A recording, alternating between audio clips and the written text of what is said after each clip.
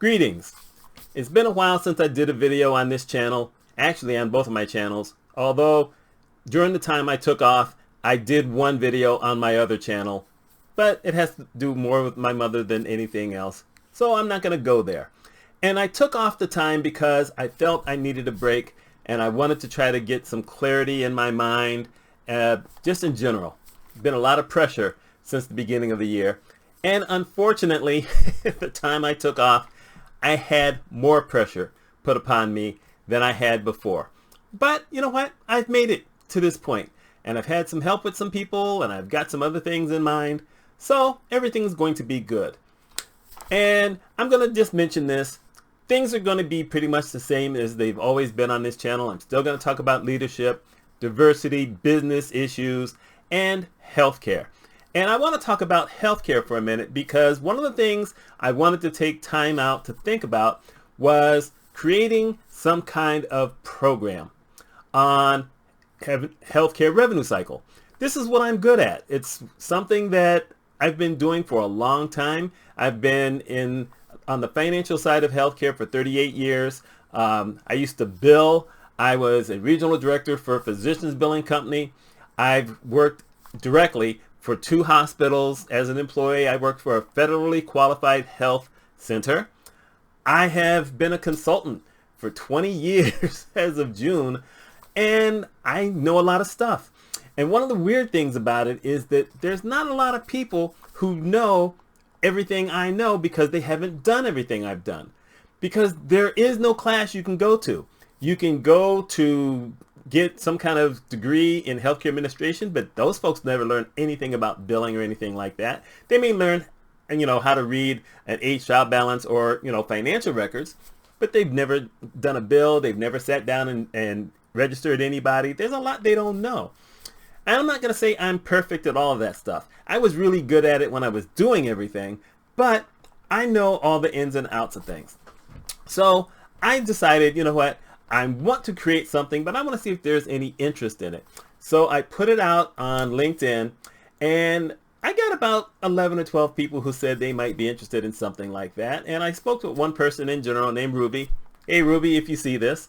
And, we talked about how I would deliver it.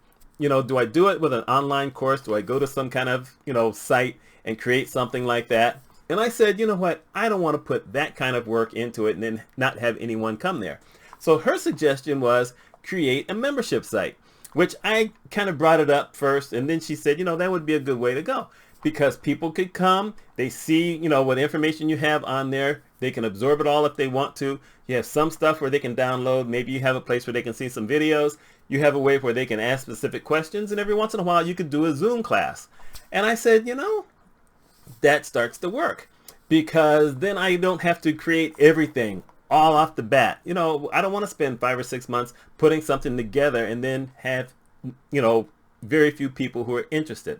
It's not going to be the cheapest thing in the world. It's not going to be super expensive, but a membership site allows me to bill monthly. I can have an introductory fee, say, look, this is how much is going to be up front, and then it's going to be this much per month.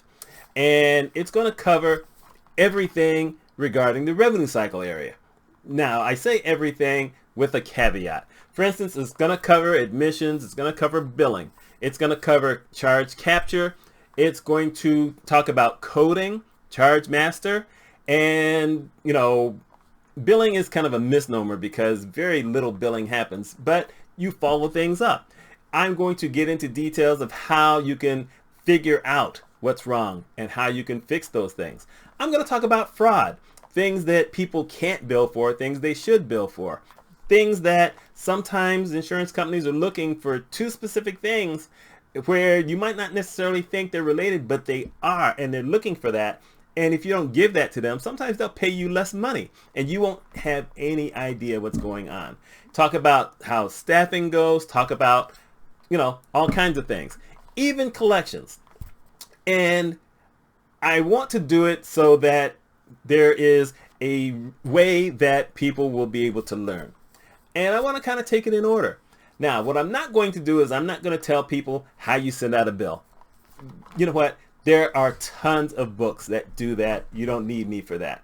But I am going to teach how you're supposed to follow up on claims. And if you're a revenue cycle person, whether you are a biller or whether you're someone else in a different department, learning how to pick up the phone and how to get yourself an answer. And it's not going to be overly technical. That's one of those kind of things where, in certain industries, things get so technical you don't know what they're saying. You're not going to hear the word paradigm out of me. You just heard it, but that's the last time you hear that. I'm going to break it down into language that hopefully everyone will understand. This is for people who are in healthcare, but it's also for people who want to get into healthcare. There's a lot of stuff here, and there's not a lot of people who've done everything that I've done. So that's what I want to offer. And I would like to know, if I put this video out here, how many people would be interested in something like this. Now, doesn't mean I'm not going to start. I'm going to market it. I'm going to do whatever. But at a certain point, if I get to a place where maybe 5 or 6 months in, it just doesn't look like there's much out there, whether I decide to give it up or not, who knows? But anyone who gets in, because like I said, it's not going to be a cheat course, but the first 10 people who actually sign up for it, they will always have access. I will always be creating new content for those folks. And we shall see how it goes for everyone else. The first 10 will have a certain rate to pay. Other folks are going to have to pay more. But let me tell you something. By knowing some of the stuff that I'm going to tell you, you will have the opportunity to make a whole bunch of money. I'm just telling you that. I'm not lying. It's not an easy thing if you're going to be self-employed. But if you're working for a facility, any type of facility, and you learn a lot of these things, you will become valuable and people will want to pay you good money to stay. There you go. My name is Mitch Mitchell. Let me know your thoughts on this, and I hope y'all have a wonderful week and enjoy the Monday holiday.